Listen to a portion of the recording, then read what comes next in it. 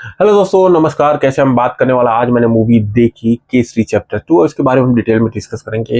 ये पहली मूवी जो केसरी बनी थी उससे कोरिलेट नहीं करती, बस हाँ इस मायने में करती है कि दोनों कहानियां जो है पंजाब से रिलेटेड है। वहां पे आप देखेंगे तो सारागढ़ी जो युद्ध हुआ था वहां पे सिखों की वीरता को दिखाया गया था और जहाँ पे जलियांवाला हत्याकांड के रूप में दिखाया गया। अगर हम बात करें इस फिल्म के लीड कैरेक्टर की तो अक्षय कुमार है, माधवन और साथ में अनन्या पांडे। ये पहली ऐसी मूवी है जहां पे अनन्या पांडे ने जस्टिफाई करा हुआ है अपने रोल के साथ। तो हर बार उनका क्रिटिसाइज होता है जिन जिन चीजों के लिए, आपको पता ही होगा।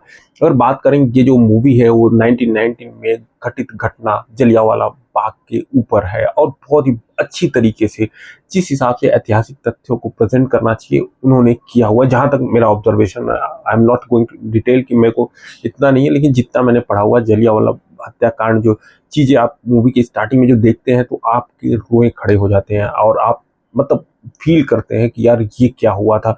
इतनी बड़ी घटना को हमने कहाँ दिखाया। आप बहुत सारी ऐसी घटनाओं को देखते हैं लेकिन जलियांवाला हत्याकांड को उतना आप नहीं देखते। जनरल डायर का नाम सुना होगा आपने, लेकिन क्या आपने सी शंकरन नायर का नाम सुना? नहीं सुना होगा। एक्चुअली मैं भी नहीं सुना था और इस मूवी देखने के बाद ऐसा लगता है कि यार बहुत सारे ऐसे नायक हैं हमारे देश में जिनके बारे में अभी भी हमको जानना चाहिए। जनरल डायर के बारे में सबको पता है कि जलियांवाला हत्याकांड का उन्होंने आदेश दिया था और उसके बाद 1000 से ज्यादा लोगों की हत्या कर दी गई थी।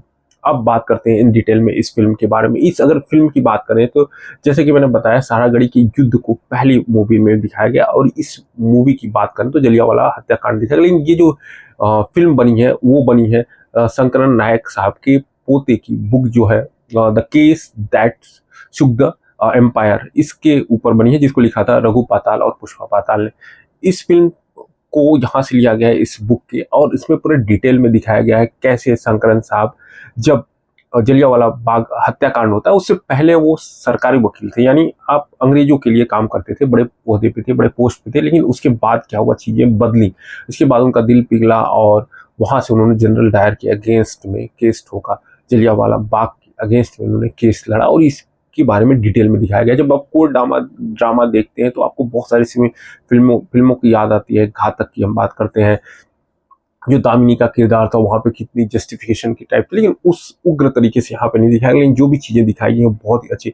आर माधवन के रूप में जो कैरेक्टर उन्होंने किया हुआ है, अगर बात करें मैक किनले का, जबरदस्त किया है, बहुत ही बेहतरीन तरीके से किया है। एक एंग्लो इंडियन का किरदार जो निभाया है और मजा तभी आता है जब अक्षय कुमार यानी शंकरन साहब और मैक किनले का जब आमना सामना होता है कोर्ट रूम में, जबरदस्त होता है। मतलब आपको मजा आता है अगर आप इस टाइप की फिल्में देखना पसंद करते हैं। हालांकि मैं बार बार बोलने की कोशिश करूंगा कि इस फिल्म को आप किसी भी आधार पे क्रिटिसाइज ना कीजिए, क्योंकि ये ऐसी एक फिल्म है जहां पे आपको एक सच्चाई से रूबरू की गई है, वो भी इतना बड़ा नरसंहार। मतलब आप सोचिए, बैसाखी का त्योहार मनाया जा रहा है और आता है कोई और गोलियों से भून दिया जाता है, मतलब कोई भी वहां पे बचता नहीं। कितने लोग वहां पे कुओं में जाते हैं, बहुत सारी चीजें आपको देखने को मिलती है जब जलियांवाला बाग हत्याकांड के बारे में देखते हैं। अब मूवी के परसेप्शन से देखा जाए, मूवी के पर्सपेक्टिव से देखा जाए तो ये फिल्म जो करण सिंह त्यागी ने बनाया हुआ बहुत अच्छी तरीके से बनाया हुआ है। और ऐसा लग रहा है कि यार देखो क्या होता है जब आप कोई ऐतिहासिक फिल्म बनाने की कोशिश करते हो तो वहाँ दो चीजें होती हैं, या तो आप एक्चुअल स्टोरी दिखाओ या तो आप हीरोइक दिखाओ, यानी जो लीड कैरेक्टर में पर्सन है उसको आप बहुत बढ़ा चढ़ा के दिखाओ। लेकिन उन्होंने बहुत बैलेंस बनाया, उन्होंने रियलिटी भी दिखाया है, सच्चाई भी दिखाने की कोशिश की, जो आप स्टार्टिंग मूवी में ही आप समझ जाएंगे जिस हिसाब से दिखाया।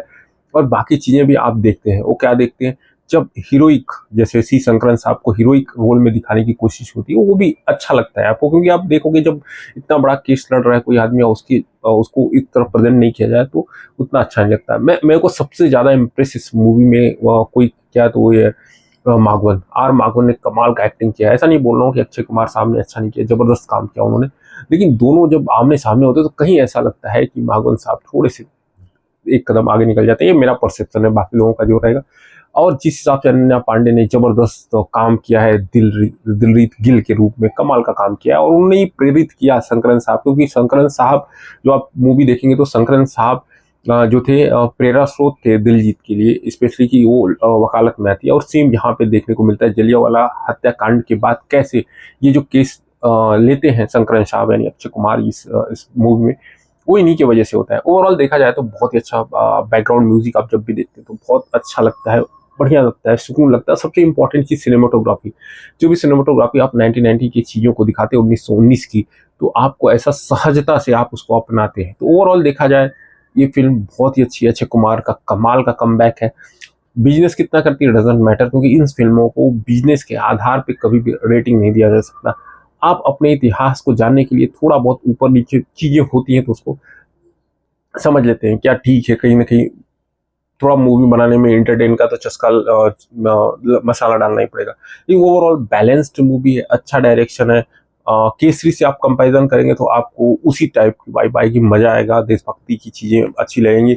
और ओवरऑल मेरे से बोलेंगे तो मैं तो आपको सजेस्ट करूंगा कि ये मूवी आप जरूर से जरूर देखिए, क्योंकि जलियांवाला बाग हत्याकांड, क्योंकि ऐसी ऐतिहासिक घटनाओं को भूलने की वजह से ही आगे वाली बहुत सारी इतनी बड़ी बड़ी घटनाएं हुई। अगर हम भूलते नहीं इन सारी चीजों को, हम अपने देश के नायकों को नहीं भूलते, तो शायद ये घटनाएं नहीं होती। बहुत अच्छी फिल्म है, बहुत अगर देखा जाए तो बहुत दिलेरी वाला काम किया। और यहाँ पे करण जौहर ने भी जो साथ दिया वो भी बहुत मायने रखता है। ओवरऑल देखा जाए तो ये फिल्म अच्छा है। बिजनेस कितना करेगी इसमें हम नहीं जाते, लेकिन लोगों को पसंद आएगी इसमें कोई शक नहीं है। और जिस हिसाब से जाट का अच्छी अर्निंग चल रही है, अभी टाइम है, तो ये फिल्म भी अच्छा करेगी, क्योंकि बहुत सारे लोगों ने जाट भी मूवी देख ली होगी। ओवरऑल ये फिल्म बहुत अच्छी है, अक्षय कुमार के लिए एक मील का पत्थर साबित हो सकती है।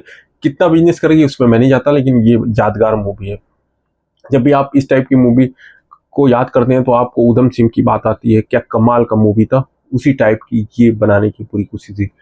आई होप ये वीडियो आपको पसंद आया तो लाइक करें, सब्सक्राइब करें। अगर आपने ये फिल्म देखी तो आपको ये फिल्म कैसी लगी, और बेस्ट एक्टर कौन सा लगा, अगर इन सारे किरदारों की बात करें। हालांकि जो नायक थे अपने सी नायर साहब, शंकर नायर साहब, उन वो तो एक अलग अपना इमेज बना के गए हैं, उनको हम रिस्पेक्ट करते हैं बहुत।